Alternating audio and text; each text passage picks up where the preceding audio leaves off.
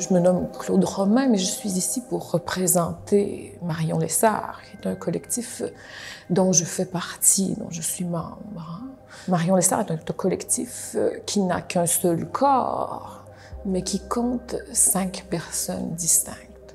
Donc le travail est le fruit, disons, des ententes ou des mésententes qui existent entre nous.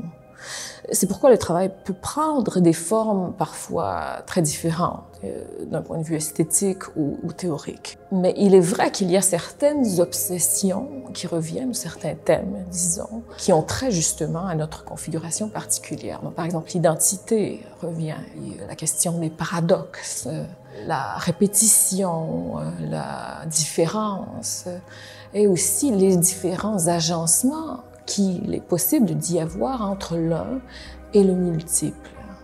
Notre pratique reflète aussi, hélas, les imperfections de notre société et de notre culture. On n'y échappe pas.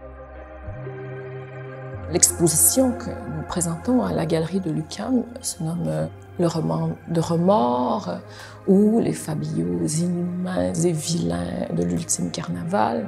C'est une installation qui nous a été inspirée par ma lecture personnelle du roman de Renard, ce texte de la littérature médiévale, éminent, n'est-ce pas?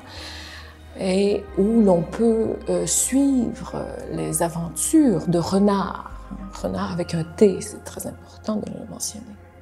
Donc nous avons écrit une série de récits en octosyllabes rimés qui font écho à ce texte original, mais dans lesquels la figure de remords prend la place de renard. Et ici encore, remords est avec un T. Remords est l'humain dans son rapport à la nature. Un rapport à la nature qui est porteur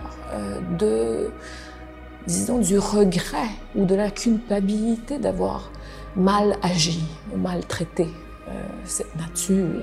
Remords, l'humain, est par nature lui-même un être qui use de ruse, comme le renard.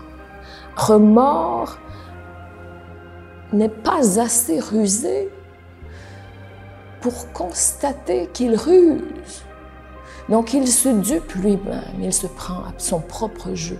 Autrement dit, on pourrait dire que une des caractéristiques de la nature humaine est de se raconter des histoires.